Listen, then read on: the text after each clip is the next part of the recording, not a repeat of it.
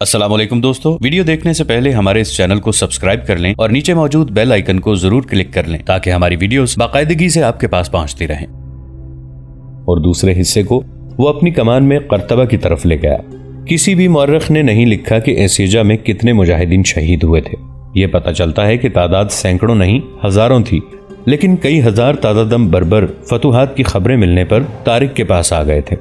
طارق نے قرطبہ کا محاصرہ کر لیا، لیکن پہلے روز ہی اسے معلوم ہو گیا کہ اس شہر میں داخل ہونا بہت ہی مشکل ہے۔ دیوار اور دروازوں کے قریب جانا خودکشی کے برابر تھا۔ سب سے بڑی مشکل تو یہ تھی کہ قلعے کے ارد گرد خندق تھی۔ طارق نے ہر طریقہ آزما لیا، لیکن یہی ایک طریقہ رہ گیا تھا کہ محاصرے کو طول دیا جائے۔ 9 دن گزر گئے۔ مغیث، طارق نے اپنے سالار مغیث الرومی سے کہا، تم یہیں رہو، میں جاتا ہوں۔ ہم نے امیر کے حکم کو اس لیے نظر انداز کیا ہے کہ اندلسی فوج کو آرام کی مہلت نہ ملے اور ادھر ادھر بکھرے ہوئے دستے اکٹھے نہ ہو جائیں۔ میں محاصرہ کر کے بیٹھا نہیں رہ سکتا، یہاں تو کئی چاند طلوع اور غروب ہو جائیں گے۔ میں ان کے دارالحکومت طلیطہ کو جاتا ہوں۔ اس لشکر کو ہم 2 حصوں میں تقسیم کر لیتے ہیں۔ زیادہ نفری تم اپنے ساتھ رکھو ابن زیاد، مغیث الرومی نے کہا۔ مجھے صرف 700 سوار دے دو۔ صرف 700؟ طارق بن زیاد نے حیران سا ہو کے پوچھا، کیا تم یہ قلعہ 700 سواروں سے لے لو گے؟ مغیث 700 سواروں سے قلعہ لے سکے گا یا نہیں؟ جولین نے کہا، میں تمہیں یہ بتا دیتا ہوں طارق، طلیطہ کو تم تھوڑی سی نفری سے فتح نہیں کر سکو گے۔ وہ بادشاہوں کی گدی ہے، طلیطہ اندلس کا دل ہے، اس کا دفاع بہت مضبوط ہے۔ بہتر یہی ہے کہ تم زیادہ فوج اپنے ساتھ رکھو اور طلیطہ کی طرف کوچ کرو۔ میرے لیے اللہ کی طاقت بہت ہے، مغیث الرومی نے کہا، میں اس شہر میں داخل ہو جاؤں گا۔ خواب و خیال کی باتیں نہ کرو مغیث، طارق نے کہا، اللہ ان کی مدد کرتا ہے جو حقیقت کو سامنے رکھ کر کچھ کرتے ہیں۔ میں کہتا ہوں 700 سوار جنہیں میں منتخب کروں گا میرے پاس چھوڑو اور تم جاؤ۔ مغیث نے کہا، رسول اللہ صلی اللہ علیہ وآلہ وسلم نے تمہیں فتح کی بشارت دی ہے تو ہمارا پروردگار فتح کے اسباب بھی پیدا کر دے گا۔ ہم اس خندق کے اس طرف بیٹھے تو نہیں رہیں گے۔ طارق مغیث الرومی کی پسند کے 700 سوار چھوڑ کر اور باقی فوج کو ساتھ لے کر طلیطہ کی طرف روانہ ہو گیا۔ جولین اور اوپاس اس کے ساتھ تھے۔ قرطبہ کی دیوار پر انسان کی جو دیوار کمانے اور پھینکنے والی برچیاں اٹھائے کھڑی تھی وہ آتش فشاں پہاڑ کی طرح پھٹ پڑی، لیکن اس سے آگ نہیں، نعرے نکل رہے تھے، فلک شگاف فاتحانہ نعرے۔ وہ گئے، وہ چلے، اتنی جلدی کیوں چل پڑے ہو مسلمانوں؟ ہمارے مہمان جا رہے ہیں، رک جاؤ اسلامیوں، ہم دروازے کھول دیتے ہیں۔ قہقہے، تانوں کے تیر، قرطبہ کے عیسائی برچیاں اور کمانے لہرا لہرا کر نعرے لگا رہے تھے۔ طارق فوج لے کر جا رہا تھا، محاصرہ اٹھ گیا تھا۔ مغیث الرومی اپنے 700 سواروں کو خندق سے دور پیچھے لے گیا تھا۔ قرطبہ والے اس خوش فہمی میں مبتلا ہو گئے تھے کہ مسلمانوں نے مایوس ہو کر محاصرہ اٹھا لیا ہے۔ رات کو شہر میں جشن منایا جا رہا تھا۔ گرجوں میں راہب اور راہبائیں اپنے رنگ ڈھنگ کا جشن منا رہی تھیں۔ ایسیجا سے بھاگے ہوئے کچھ فوجی اور شہری قرطبہ میں پہنچے تھے اور انہوں نے ایسیجا کی لڑائی کی بڑی ہولناک باتیں سنائی تھیں۔ لوگ خوش تھے کہ قرطبہ سے یہ قیامت ٹل گئی ہے۔ ان کے لیے بجا طور پر یہ رات جشن کی رات تھی۔ قرطبہ کے قریبی جنگل میں جہاں چھوٹی بڑی سرسبز ٹیکریاں تھیں، مغیث الرومی اپنے سواروں سے ذرا ہٹ کر زمین پر کچھ بچھائے نفل پڑھ رہا تھا۔ اس نے نفل پڑھ کر دعا کے لیے اپنے ہاتھ اٹھائے اور اللہ کے حضور گر گڑایا۔ تو وحدہ لا شریک ہے، رب العزت، تو جسے چاہے عزت دے، جسے چاہے ذلت دے، تو ہر چیز پر قادر ہے۔ میں نے تیرے آسرے پر 700 سواروں سے یہ شہر فتح کرنے کا دعویٰ کیا ہے۔ میں نے اس شہر کا بادشاہ نہیں بننا، تیری بادشاہی کو اس شہر میں پہنچانا ہے۔ میرے اللہ، مجھے ہمت اور استقلال دے کہ تیری وحدت اور محمد صلی اللہ علیہ وآلہ وسلم کی رسالت لے کر اس قلعے میں داخل ہو جاؤں اور باطل کی تاریکیوں میں حق کا اجالا پھیلا دوں۔ مجھے اپنے حضور اور میرے ساتھیوں کے سامنے شرمسار نہ کرنا باری تعالیٰ۔ اس کی آواز میں رقت آ گئی تھی۔ اس نے اللہ کے حضور پھیلائے ہوئے ہاتھ اپنے منہ پر پھیرے اور انہی ہاتھوں سے آنسو پونچھ ڈالے۔ وہ اٹھا اور اپنے سواروں کے پاس گیا اور ایک جگہ بیٹھ گیا۔ تمام سوار اس کے ارد گرد اکٹھے ہو گئے۔ میرے عزیزو، مغیث الرومی نے بلند آواز سے کہا، میں نے سپہ سالار سے کہا تھا کہ مجھے صرف 700 سوار دے دو اور میں تمہیں یہ شہر دوں گا۔ میں نے اپنا دعویٰ اور وعدہ پورا کرنے کے لیے تمہیں منتخب کیا ہے۔ میں نے یہ وعدہ سپہ سالار سے نہیں بلکہ اللہ سے کیا ہے، اور یہ وعدہ تمہاری شجاعت کے بھروسے پر کیا ہے۔ عہد کرو اپنے اللہ سے کہ ہم نے اس قلعے کا سینہ چیر کر اس میں داخل ہونا ہے، نہیں تو ہم نے یہیں جانے دے دینی ہے۔ اللہ تمہارے ساتھ ہے۔ تم اللہ کا ساتھ نہ چھوڑ جانا، ہم تمہارے ساتھ ہیں۔ سواروں کی آوازیں بلند ہونے لگی۔ ہم عہد کرتے ہیں کہ یہ شہر لیں گے یا جانے دیں گے۔ صبح طلوع ہوئی۔ مغیث رومی اکیلا چل پڑا۔ وہ قلعے اور شہر پناہ کو ایک بار پھر دیکھنا چاہتا تھا، شاید اوپر جانے یا دیوار توڑنے کے لیے کوئی موزوں جگہ نظر آ جائے۔ مورخوں نے لکھا ہے کہ ایک گڈڑیا کچھ بھیڑ بکریوں کو لیے آ رہا تھا۔ اس نے مغیث کو سلام کیا۔ مغیث اندلسی زبان سمجھ اور بول لیتا تھا۔ کیا آپ اس فوج کے آدمی ہیں جس نے ہمارے بادشاہ کی فوج کو میدان سے بھگایا ہے؟ گدڑیے نے پوچھا۔ ہاں دوست، مغیث نے جواب دیا۔ کیا تم مجھے اپنا دشمن سمجھتے ہو؟ نہیں، گدڑیے نے کہا، ہم بہت غریب لوگ ہیں، ہم کسی کو دشمن بنانے کی جرت نہیں کر سکتے۔ مغیث رومی نے اس کے ساتھ دوستانہ باتیں کی اور آگے چل پڑا۔ ٹھہرو، گدڑیے نے اسے روک کر کہا، تم اگر شہر کے اندر جانا چاہتے ہو تو پیچھے چلے جاؤ، ادھر دریا ہے اور خندق بھی ہے۔ ایک جگہ سے دیوار تھوڑی سی ٹوٹی ہوئی ہے، لیکن ذرا اونچی جگہ سے۔ اس کی نشانی یہ ہے کہ وہاں ایک درخت ہے جس کے ٹہن دیوار کے قریب تک گئے ہوئے ہیں، وہاں سے تم یہ دیوار توڑ سکتے ہو۔ خود جا کر دیکھ لو کہ یہ کام کر سکتے ہو یا نہیں۔ مغیث رومی اپنے اصل لباس میں نہیں تھا۔ وہ دور سے ہوتا ہوا دریا کی طرف نکل گیا۔ اسے وہ جگہ نظر آ گئی جہاں سے دیوار ذرا سی ٹوٹی ہوئی تھی، لیکن اس میں سے اندر جانا آسان نہیں تھا۔ اسے مزید توڑنا تھا۔ دیوار کے اوپر سنتری ٹہل رہے تھے۔ مغیث چھپتا چھپاتا واپس آ گیا اور اپنے عہدیداروں کو بتایا۔ باری باری 4-5 عہدیدار گئے اور دیوار کا وہ کمزور مقام دیکھا۔ دیوار کے اس چھوٹے سے شگاف کی نسبت وہ درخت زیادہ کارآمد ہے جو دیوار کے قریب ہے، ایک شامی عہدیدار ابو عتیق نے کہا۔ رات کو اس پر چڑھ کر دیوار پر جا سکتے ہیں، لیکن سنتریوں کی موجودگی بہت بڑا خطرہ ہے۔ مغیث رومی نے بھی یہی طریقہ سوچا تھا، لیکن اسے خطرہ زیادہ اور کامیابی مشکوک نظر آئی تھی۔ مورخ لینپول مستند مورخوں کے حوالے سے لکھتا ہے کہ مسلمان جنگی قابلیت اور شجاعت میں بے مثال تھے، اور ان کی فتوحات کی وجہ بھی یہی تھی۔ وہ سخت جان بھی تھے، لیکن قدرت بھی انہی کے حق میں تھی۔ ایسے حالات پیدا ہو جاتے تھے جو طارق بن زیاد کے لیے سود مند ثابت ہوتے تھے۔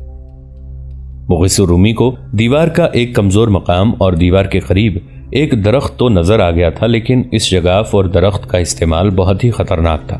اس دن کا سورج غروب ہو گیا، پھر رات تاریک ہو گئی اور افق سے گھٹائیں اٹھیں جو گرجتی چمکتی قرطبہ کی طرف بڑھتی آ رہی تھیں۔ کچھ دیر بعد بڑا ہی تیز و تند طوفان باد و باراں آیا۔ سیاہ کالی رات طوفان کی چیخوں سے کانپ رہی تھی۔ بارش اتنی تیز جیسے کنکریوں کی بوچھاڑ پڑ رہی ہو، درخت جیسے جڑوں سے اکھڑ رہے ہوں۔ طوفان بہت ہی ہولناک تھا۔ مغیث رومی اور اس کے مجاہدین کے لیے اس طوفان سے کوئی جائے پناہ نہیں تھی۔ ان کے پاس خیمے نہیں تھے، ہوتے بھی تو اڑ جاتے۔ گھوڑے بدکتے اور ہنہناتے تھے، انہیں ٹیکریوں کی اوٹ میں کر لیا گیا۔ اب وقت ہے، مغیث رومی نے چلا کر کہا، یہ طوفان اللہ کی نعمت ہے۔ گھوڑوں پر زینے کس لو اور بہت جلدی شہر کی دریا کی طرف پہنچو۔ اس طوفان میں دیوار پر کوئی سنتری نہیں ہوگا، کدالیں ساتھ لے چلو۔ ایسے خوفناک اور شدید طوفان باد و باراں میں مغیث رومی 700 گھڑ سواروں کو ساتھ لے کر چل پڑا۔ بجلی کڑکڑاتی اور چمکتی تھی تو گھوڑے بے اور بے لگام ہونے کی کوشش کرتے تھے۔ یہ سواروں کا کمال تھا کہ گھوڑوں کو قابو میں رکھے ہوئے تھے۔ کنکریوں کی بوچھاڑ جیسی بارش سواروں کے منہ نوچ رہی تھی۔ قرطبہ کے قریب دریائے اشبیلیہ گزرتا تھا جو اب بھی موجود ہے۔ مسلمانوں نے اس کا نام نہر قرطبہ رکھا تھا، لیکن یہ نہر اعظم کے نام سے مشہور ہوا۔ گھڑ سواروں کو دیوار سے دور رکھنا تھا، اس لیے انہیں دریا میں کھڑا کیا گیا جہاں پانی گھوڑوں کی ٹانگوں کو ہی ڈبوتا تھا۔ دریا میں گھوڑوں کا کھڑے رہنا کوئی مشکل نہیں تھا۔ اصل اور ناقابل برداشت مشکل تیز و تند جھکڑ اور موسلادھار می پیدا کر رہے تھے۔ دیوار پر گشت کرنے والے سنتری برجوں میں جا کر بیٹھ گئے تھے۔ مغیث رومی 4 آدمیوں کے ساتھ دیوار کے قریب اس جگہ گیا جہاں ذرا سا شگاف اور درخت کا ٹہن تھا۔ سالار، ابو عتیق نے کہا، دیوار نہیں توڑیں گے، میں رسہ ساتھ لایا ہوں، مجھے درخت پر چڑھنے دیں۔ ابو عتیق رسہ اپنے ارد گرد لپیٹ کر درخت پر چڑھ گیا اور اس ٹہن پر گیا جو دیوار کے قریب جاتا تھا، لیکن طوفانی جھکڑ ٹہن کو اتنی زور سے دائیں بائیں ہلا رہے تھے کہ ابو عتیق کا ٹہن پر موجود رہنا محال ہو رہا تھا۔ بارش سے ٹہن گیلا ہو گیا تھا، اس لیے اس سے پاؤں پھسلتے تھے۔ ٹہن کو کود کر دیوار پر جانا تھا۔ ابو عتیق ٹہن کے سرے پر پہنچ گیا۔ ٹہن تیز جھکڑ سے ایک طرف ہو گیا۔ جب ٹہن واپس آ رہا تھا تو ابو عتیق نے خود کچھ کارنامہ کر دکھایا۔ وہ دیوار کی طرف کودا اور دیوار کے اوپر گرا۔ اس نے زور لگایا کہ اپنا پورا جسم آگے لے جائے۔ بارش بہت تیز تھی۔ ابو عتیق آگے کو ہو ہی گیا اور دیوار کے پرے چلا گیا۔ اس نے اپنے جسم سے رسا کھولا اور اس کا ایک سرا تیر اندازوں کے مورچے کے ساتھ باندھ کر رسا نیچے لٹکا دیا۔ 8 آدمی رسے کے ذریعے اوپر چلے گئے۔ انہوں نے دریا کی طرف والا دروازہ کھولنا تھا۔ انہوں نے تلواریں نکالیں اور اتنے زبردست طوفان میں ایک برج تک پہنچے۔ اندر مشل کی روشنی تھی۔ 4 سنتری بڑے مزے سے گپ شپ لگا رہے تھے۔ انہیں سنبھلنے کی مہلت دیے بغیر کاٹ دیا گیا۔ اس طرح 4 اور برجوں میں دبکے ہوئے سنتریوں کو ہلاک کر کے یہ 9 مجاہدین سیڑھیوں سے نیچے چلے گئے جو دیواروں کے اوپر والے برج سے نیچے جاتی تھی۔ دروازے کی گارڈ بیدار تھی اور اس کی تعداد بھی ذرا زیادہ تھی، جس نے مقابلہ کیا، لیکن مجاہدین نے انہیں بھی خون میں نہلا دیا اور دروازہ کھول دیا۔ ابو عتیق نے باہر جا کر ایک مشل بلند کر کے ہلائی۔ 700 سواروں نے گھوڑوں کو ایڑیں لگائیں۔ گھوڑے دریا سے نکلے اور جس طرح طوفان باد و باران تند و تیز تھا، ایسی تندی اور تیزی سے کھلے ہوئے دروازے میں داخل ہو گئے۔ 2-3 اندلسی سپاہیوں کو پکڑ کر گائیڈ بنا لیا گیا۔ فوجی سوئے ہوئے تھے۔ مشلوں کی روشنی میں انہیں ہمیشہ کی نیند سلا دیا گیا۔ زندہ اسی کو چھوڑا گیا جس نے جنگی قید قبول کر لی۔ شہریوں نے ایک مقابلہ کیا کرنا تھا۔ مورخ ایس پی اسکاٹ نے لکھا ہے کہ صبح طلوع ہوئی، طوفان ختم ہو چکا تھا، قلعہ مسلمانوں کے قبضے میں تھا، لیکن قلعے کے اندر ایک اور قلعہ تھا جسے سر کرنا بھی باقی تھا۔ یہ عیسائی مبلغوں کا مرکز تھا جس کے اندر بہت بڑا گرجا تھا۔ 7 راہبوں اور راہباؤں کے رہائشی کمرے اور درسگاہ بھی تھی۔ اس وسیع و عریض جگہ کے ارد گرد بہت اونچی اور مضبوط دیوار تھی۔ دروازہ لوہے کا تھا۔ دیوار پر چاروں طرف تیر اندازوں نے مورچے قائم کر رکھے تھے۔ اسکاٹ لکھتا ہے کہ قرطبہ کا گورنر رات کو اپنے 40 محافظوں کے ساتھ اس گرجے میں پناہ لینے چلا گیا اور اس کے ساتھ 400 فوجی بھی تھے۔ مغیث نے اعلان کرایا کہ باہر آ جاؤ تو امان میں لیے جاؤ گے، مقابلہ کرو گے تو سزا پاؤ گے، دروازے اور دیوار کے قریب آؤ۔ گورنر نے دیوار پر کھڑے ہو کر جواب دیا، سزا تم پاؤ گے، اس شہر سے نکل جاؤ۔ مغیث الرومی نے بہت کوشش کی کہ اس جگہ کے اندر جا سکے، لیکن کوئی ذریعہ، کوئی راستہ نظر نہیں آتا تھا۔